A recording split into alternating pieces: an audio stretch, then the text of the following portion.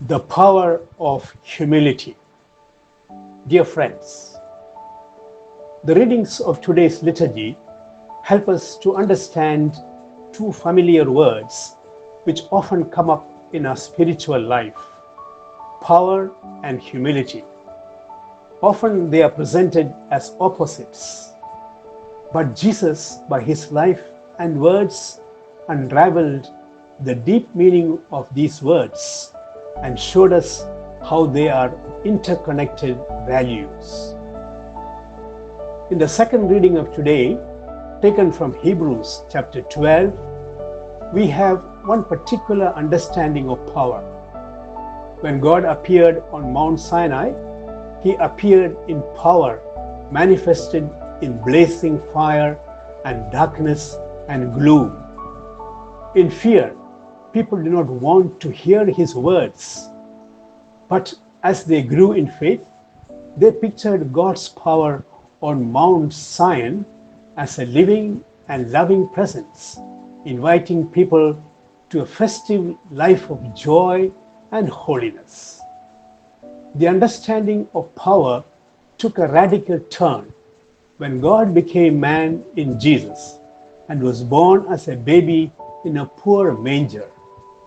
God's power was manifested in poverty and humility. Jesus presented his plan of life in the Beatitudes. Blessed are the poor in spirit. Blessed are the hungry. Blessed are those who mourn.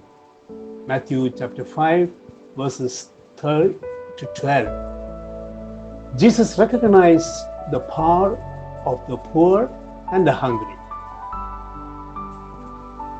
In the parable from today's Gospel, taken from Luke chapter 14, versicle 1, 7 to 14, Jesus says that when invited for a banquet, occupy the last place. It is not a hidden trick for being ushered into more important place. There is power in the last place, even if recognized or not.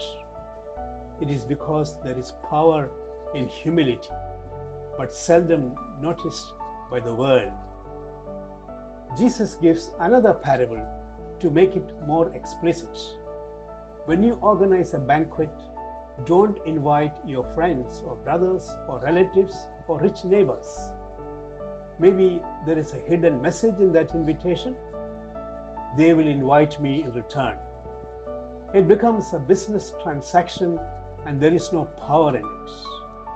But instead, Jesus says, invite the poor, the crippled, the lame. They will not invite you in return, but there is a power in that invitation.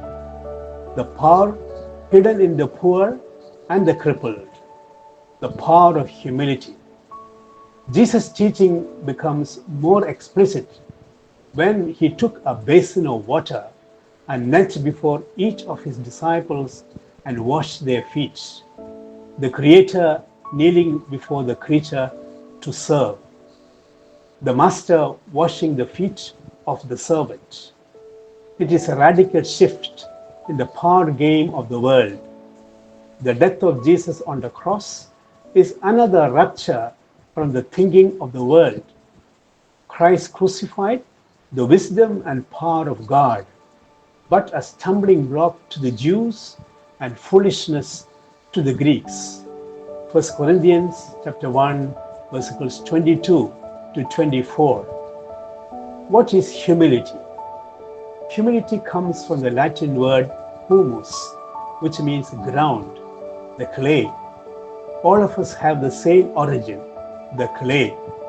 Hence, humility means seeing the oneness and equality in spite of the apparent differences.